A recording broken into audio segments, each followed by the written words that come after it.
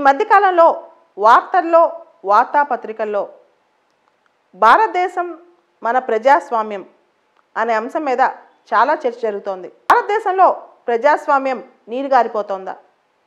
Democracy దాని యొక్క విలువలు పడిపోతున్నాయా అనే ప్రశ్న చాలామంది ఎక్స్పర్ట్స్ డిస్కస్ చేస్తున్నారు. ఈ మధ్య రిలీజ్ అయిన గ్లోబల్ డెమోక్రసీ ఇండెక్స్లో ఇండియా ర్యాంకు 53.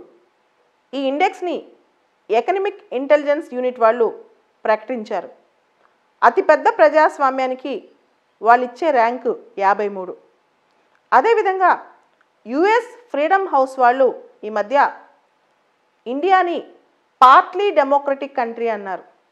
వాళ్ళు డెమోక్రసీస్ని కొన్ని పారామీటర్స్తో నిజంగా డెమోక్రసీ అక్కడ ఉందని కొలుస్తారు. దానిలో నిజంగా కంట్రీ డెమోక్రసీ ఫ్రీగా ఉందా, పార్ట్లీ ఫ్రీగా ఉందా, అస్సలు ఫ్రీగా లేదా అనే పరిమాణాలు చూస్తారు. దానిలో 2 రకాల పారామీటర్స్ బ్రాడ్ కేటగిరీస్ చేస్తారు. ఒకటి పొలిటికల్ రైట్స్, రెండోది సివిల్ లిబర్టీస్. ఆ దేశంలో రాజకీయపరమైన హక్కులు ఎలా ఉన్నాయి, పౌర హక్కులు ఎలా ఉన్నాయి, ఇవి చూస్తారనమాట. పొలిటికల్ రైట్స్లో చూస్తే electoral process, political pluralism, political participation, government functioning ఇవన్నీ ఎలా ఉన్నాయి. సివిల్ లిబర్టీస్లో చూస్తే rule of law, freedom of expression and belief, associational and organisational rights ఇవన్నీ ఆ దేశంలో ఎలా ఉన్నాయని. అంటే బేసిక్గా ఆ దేశంలో రాజకీయపరమైన హక్కులు, పౌర హక్కులు ఎలా ఉన్నాయో చూసి దానిలో రూల్ ఆఫ్ లా కానీ, ఒక ఆర్గనైజేషన్కి ఉండే రైట్స్ కానీ, భావ వ్యక్తీకరణ స్వేచ్ఛ కానీ, ఆ దేశంలో ఎలక్టోరల్ ప్రాసెస్ ఎలా ఉంది, ప్రజలు రాజకీయాల్లో ఎలా భాగస్వాములు అవుతున్నారు, ఇవన్నీ చూసి ఒక స్కోర్ ఇస్తారనమాట. దానిలో India partly democracy, India score 67 points ఉన్నాయన్నమాట. అలానే ఈ మధ్య స్వీడన్ బేస్డ్ సంస్థ ఒకటి వీడెమ్ అంటే డెమోక్రసీకి సంబంధించి సంస్థ ఒకటి ఉంది.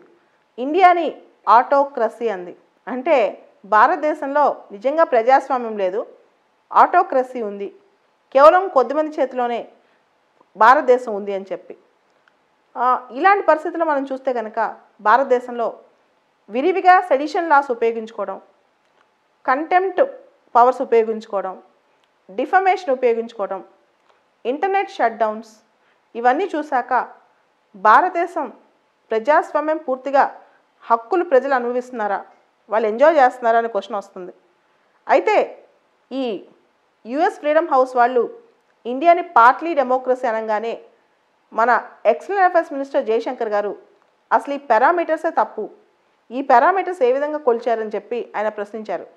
అయితే ఈ పారామీటర్స్ ఈరోజు వచ్చినవి కావు, ఎప్పటి నుంచో సేమ్ పారామీటర్స్తో ఆ దేశంలో డెమోక్రసీ ఉందా లేదా అని చెప్పి కొలుస్తూనే ఉన్నారు. సో ప్రజలే ఒకసారి ఆలోచించాలి. అయితే డెమోక్రసీలో లో స్కోర్స్ ఏ దేశంలో ఉన్నాయంటే ఆఫ్ఘనిస్తాన్, పాకిస్తాన్ ఇలాంటి దేశాలకి ఈ యుఎస్ ఫ్రీడమ్ హౌస్ వాళ్ళు చాలా లో స్కోర్స్ ఇచ్చారు. కొన్ని చూస్తే నిజమేనేమో ఇదంతా ఈ డేటా కరెక్ట్గానే వచ్చిందేమో అనిపిస్తుంది.